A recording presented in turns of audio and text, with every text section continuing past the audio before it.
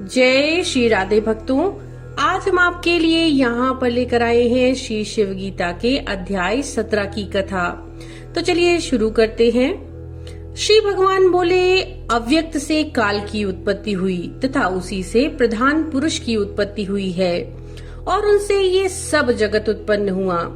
इस कारण ये संपूर्ण जगत ब्रह्ममय है, जो संसार में सब ओर को अपने कर्ण किए तथा सबको व्याप्त करके स्थित हो रहा है। सब जगत के पैर, जिसके चरण, सबके हस्त, नेत्र, शिख, मुख, जिसके हाथ, नेत्र, शिख, मुख हैं, तथा च श्रुति सहस्त्र शीर्षा पुरुषः सहस्त्राक्ष सहस्त्रपात इति, जो संपूर्ण इंद्रिय और गुणों के आभास से युक्त शरीर में स्थित है और जो सब इंद्रियों से वर्जित है, सबका आधार, सदानंद स्वरूप, अप्रकट, अद्वैत, संपूर्ण उपमा के योग्य, सबसे परे, नित्य तथा प्रमाण से भी परे है, निर्विकल्प, निराभास, सब में व्यापक, परम अमृत स्वरूप, सबके पृथक और सब में स्थित, निरंतर वर्तमान, निश्चल, अविनाशी, निर्गुण, परम ज्योति स्वरूप, ऐसा उस स्थान को विद्वानों ने वर्णन किया है। वह संपूर्ण प्राणियों का आत्मा, बाह्य और अभ्यंतर से परे जिसे कहते हैं, वही मैं सर्वगत शांत स्वरूप ज्ञानात्मा परमेश्वर हूँ। ये स्थावर जंगमात्मक संसार मुझसे ही उत्पन्न हुआ है। सब प्राणी मुझ में ही निवास करते हैं, ऐसा वेद को जानने वाले कहते हैं। एक प्रधान और एक पुरुष, ये जो दो वर्णन किए हैं, उन दोनों का संयोग करने वाला अनादि काल है। ये तीनों अनादि हैं और अव्यक्त में निवास करते हैं। इनका वो तदात्मक रूप है, वही साक्षात मेरा स्वरूप है। जो महत से लेकर ये संपूर्ण जगत उत्पन्न करती है, वह संपूर्ण देहधारियों को मोहित करने वाली प्रकृति कहलाती है। ये पुरुष ही प्रकृति में स्थित होकर प्रकृति के गुणों को भोगता है। अहंकार सहित होने से 25 तत्व निर्मित ये देह कहता है। प्रकृति का प्रथम विकार ही महान कहता है और ये आत्मा विज्ञान शक्ति युक्त स्थित रहती है। पीछे उसी से विज्ञान शक्ति का जानने वाला अहंकार उत्पन्न होता है। उस एक ही महान आत्मा का नाम अहंकार कहा जाता है, वही जीव और अंतरात्मा कहा जाता है। यह तत्व के जानने वालों ने कहा, यही जन्म लेकर सुख दुख भोगता है। यद्यपि वह विज्ञानात्मा है, परंतु मन के संग होने से वह मन उसके उपकारक है। अज्ञान के कारण इस पुरुष को संसार की प्राप्ति हुई है और प्रकृति से पुरुष का संयोग होने से कालांतर में पुरुष को अज्ञान की प्राप्ति हुई। ये काल ही जीवों को उत्पन्न करता है, संहार करता है। संपूर्ण ही काल के वश में है, परंतु काल किसी के वश में नहीं। वही सनातन सबके हृदय में स्थित होकर इस सब को जानता है और वश में रखकर शासन करता है। उसे ही भगवान प्राण स्वरूप सर्वज्ञ पुरुषोत्तम कहते हैं। मनीषी विद्वानों ने इंद्रियों से परे मन को कहा है, मन से परे अहंकार, अहंकार से परे महत है, महान से परे अव्यक्त और अव्यक्त से परे पुरुष है, पुरुष से परे भगवान प्राण स्वरूप हैं, उनसे ये सब जगत हुआ है। प्राण से परे व्योम अर्थात आकाश, व्योम से परे अग्नि ईश्वर हैं। सो मैं सबसे व्याप्त शांत स्वरूप हूँ और मुझसे ये सब जगत विस्तृत हुआ है। मुझसे परे और कुछ नहीं है। प्राणी मुझको जानकर मुक्त हो जाते हैं। संसार में स्थावर जंगम, इनमें किसी को भी नित्यता नहीं। केवल एक मैं ही व्योम रूप महेश्वर हूँ। सो मैं ही सब जगत को उत्पन्न करके संहार करता हूँ। माया स्वरूप मुझ में काल की संगति होकर मेरी स्थिति से ही काल संपूर्ण जगत के उत्पन्न करने में समर्थ हुआ है। कारण संपूर्ण प्राणियों की आयु की संख्या करने से ही इसका नाम काल हुआ है। यही अनंत आत्मा सब जगत को यथा योग्य रखता है। यही वेद का अनुशासन है। किसी को महादेव, कालात्मा, कालांत आदि नाम से उच्चारण करते हैं। यही दैत्यों को संहार करते हैं। इस प्रकार से जानना उचित है। सूची बोले, हे ब्रह्मवादी ऋषियों, तुम सावधान होकर सुनो।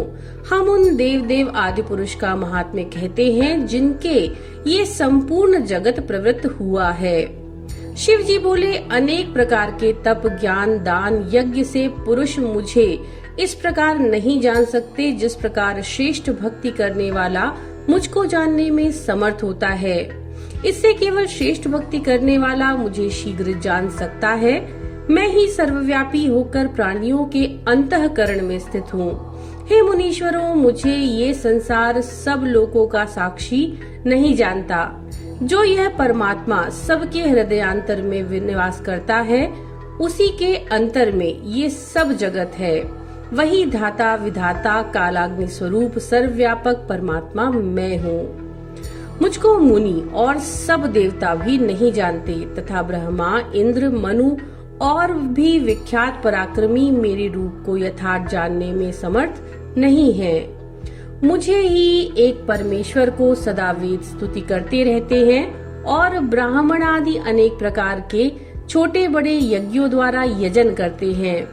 पितामह ब्रह्मा सहित संपूर्ण लोक नमस्कार करते हैं। योगी जन संपूर्ण भूतों के अधिपति भगवान का ध्यान करते हैं।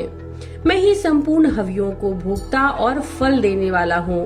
मैं ही सबका शरीर रूप होकर सबको आत्मा सब में स्थित हूँ। मुझे विद्वान, धर्मात्मा और वेदवादी देख सकते हैं। उनके निकट जो नित्य प्रति मेरी उपासना करते हैं, ब्राह्मण, क्षत्रिय, वैश्य और धार्मिक मेरी उपासना करते हैं, उनको मैं परमानंद परम पद स्वरूप अपने स्थान को देता हूँ।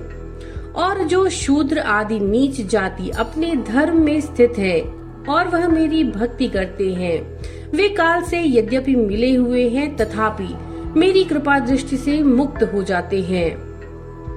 मेरे भक्त पाप रहित हो जाते हैं, उनका कभी नाश नहीं होता। प्रथम तो यही मेरी प्रतिज्ञा है कि मेरे भक्तों का कभी नाश ना हो। यदि वह बीच में ही सिद्धि प्राप्त होने से पूर्व मृतक हो जाए तो फिर योगी के घर में जन्म लेकर सत्संग को प्राप्त हो मुक्त हो जाता है। जो मूर्ख मेरे भक्तों की निंदा करता है, उसने देव साक्षात मेरी ही निंदा की है, और प्रेम से उनका पूजन करता है, उसने मानो मेरा ही पूजन किया है। परिपूर्ण शिव स्वरूप में और क्या शुभ किया जाए। जो कुछ शिव के भक्त के निमित्त किया है, वह सब कुछ मुझ शिव स्वरूप के लिए ही किया गया है। जो प्रेम से मेरे आराधन के कारण पत्र, पुष्प, फल, जल नियमित होकर प्रदान करते हैं, वह मेरा भक्त और मेरा प्यारा है। मैं ही जगत के आदि में सृष्टि उत्पन्न करने से ब्रह्मा परमेष्ठी कहा जाता हूँ और पालन करने से उत्तम पुरुष परमात्मा इस नाम से पुकारा जाता है। मैं ही संपूर्ण योगियों का अविनाशी गुरु हूँ। मैं ही धर्मात्माओं का रक्षक और वेद विरोधियों का नाश करने वाला हूँ। मैं ही योगियों को संसार बंधन के सब प्रकार के क्लेश से छुड़ाने वाला हूँ। मैं ही सब प्रकार संसार से रहित होकर संसार का कारण भी हूँ।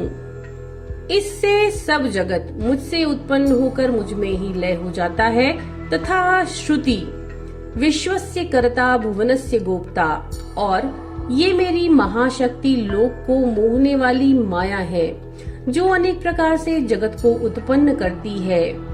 अजा मेका लोहित शुक्ल कृष्णा व वी मजा सजमा नाम स्वरूपा इति श्रुते, और मेरी ही यह पराशक्ति विद्या नाम से गाई जाती है। मैं ही योगियों के हृदय में स्थित होकर उस अज्ञान की उत्पन्न करने वाली, संसार में भ्रमाने वाली माया का नाश करता हूँ।